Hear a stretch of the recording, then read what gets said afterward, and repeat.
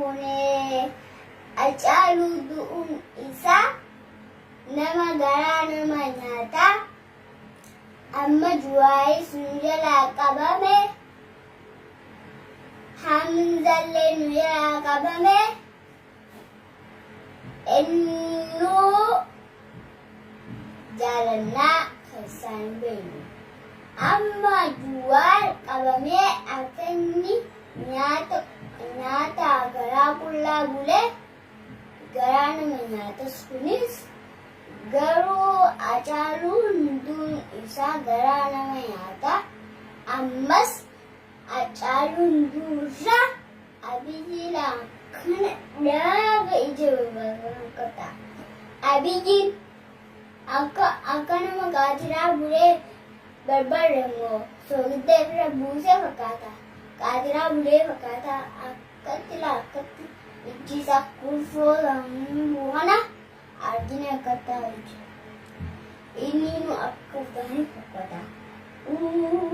Namni hundi jijjibbuu jira.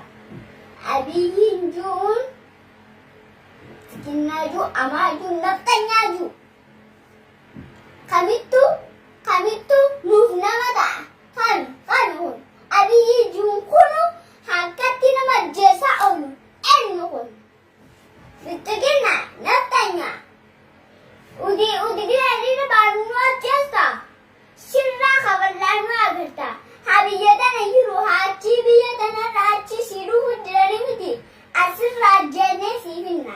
Nu agar manuma biyya mukaayiroo tanatti sirraa agarina. Na agartan. Baalage. Maal gurguru naftanyaa. Naftanyaa akkanaa takkaan nagareen. Lole wallaahi. Hacaaluu wayinaa ganu jalaan tuqina. Hacaaluu du'e kalaas. Juwaagee qabameeru. Utis Abiyyii ajjeesu qabna. Nam sadii nu jalaa utillee nam sadii ajjeesu qabna. Nam sadii jaha ajjeesu qabna. Isaan namni diddira godhatanii kaangaanii acha oofu jirani. Maali maratanii?